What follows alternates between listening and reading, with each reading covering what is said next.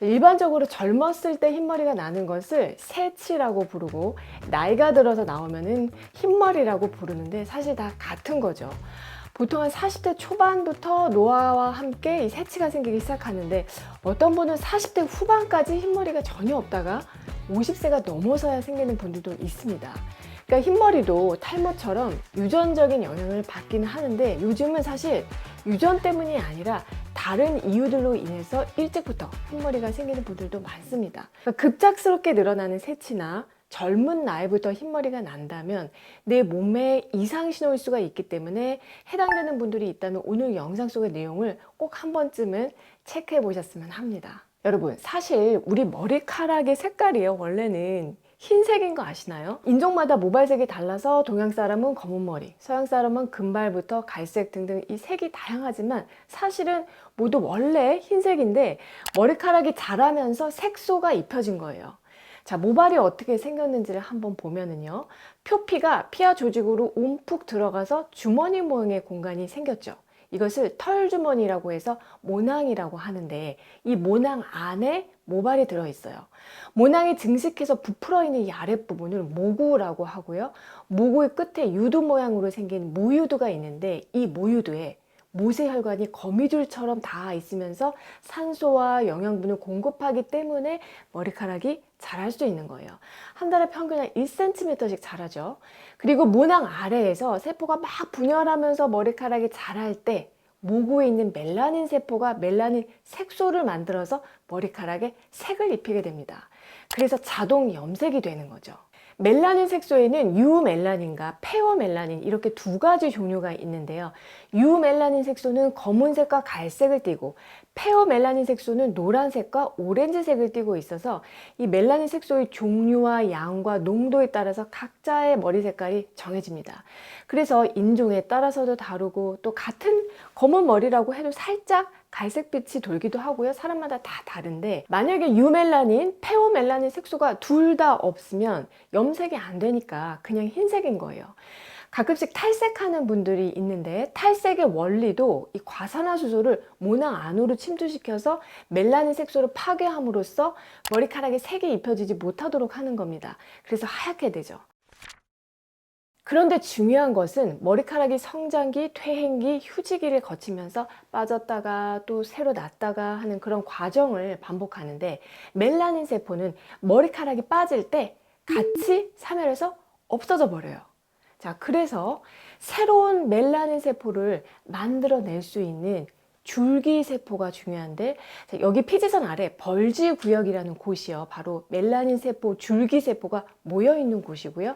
머리카락의 성장기가 돌아오면은 줄기세포가 꿈틀꿈틀 움직이면서 머리카락이 자라는 모낭으로 이동을 해서 새로운 멜라닌 세포로 분화하고, 이로써 멜라닌 색소를 공급하게 됩니다. 자, 때문에 여러 가지 이유로 인해서 줄기세포의 수와 기능이 떨어지고 멜라닌 세포의 수와 활동성이 떨어지면은 노화와 관계없이도 흰머리가 생길 수 있다는 뜻인데요. 첫 번째 이유로 혈액순환에 문제가 있을 수 있습니다. 여러분, 새치가 어디서부터 보통 생기나요?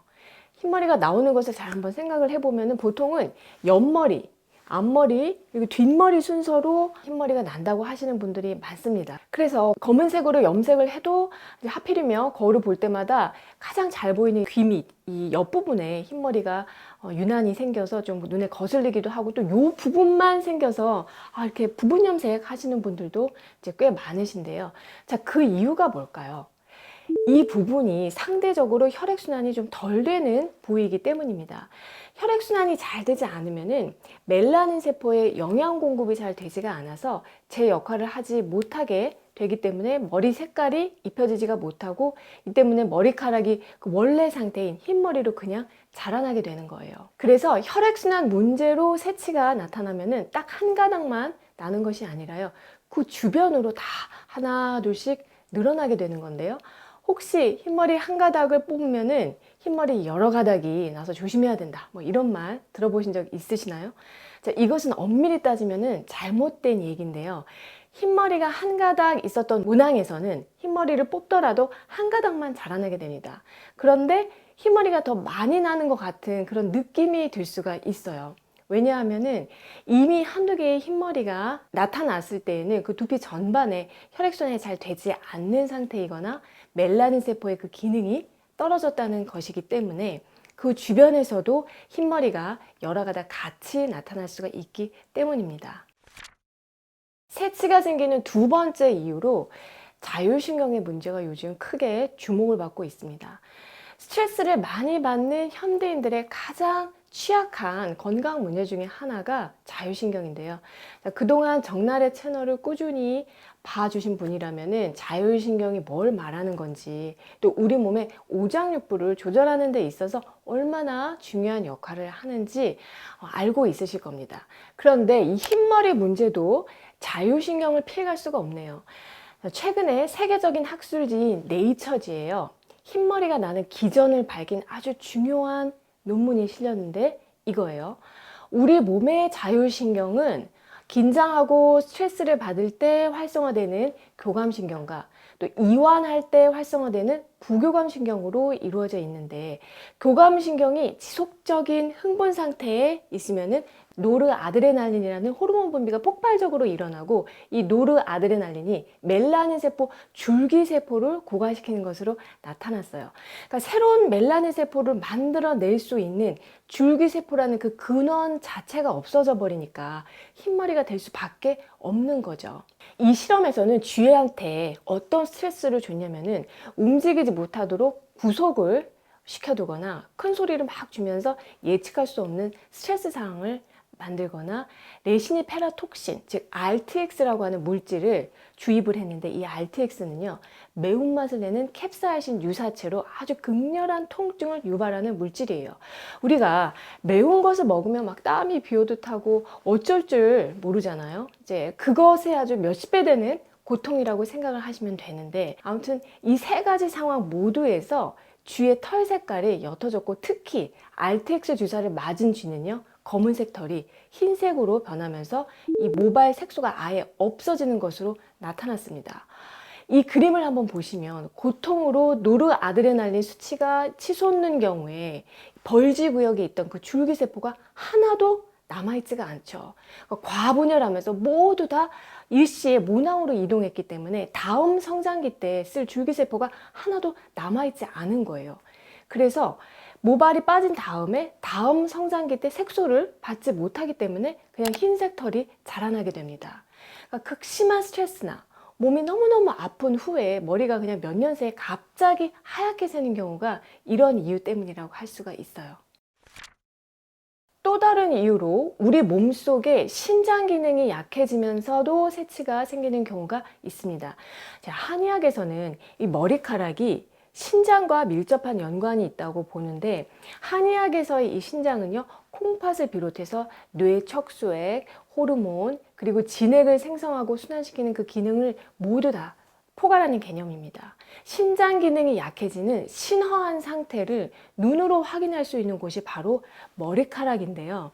모발이 윤기를 잃고 탈모가 일어나면서 색깔도 하얗게 변하기 시작해요. 그래서 지금 말씀드린 이런 신체 증상들과 함께 최근에 흰머리가 눈에 띄게 많아졌다면 신장 기능이 허해지고 있는 것은 아닌가 점검해 볼 필요가 있겠습니다. 그리고 마지막으로 대사질환 때문에 흰머리가 생기는 경우도 있습니다.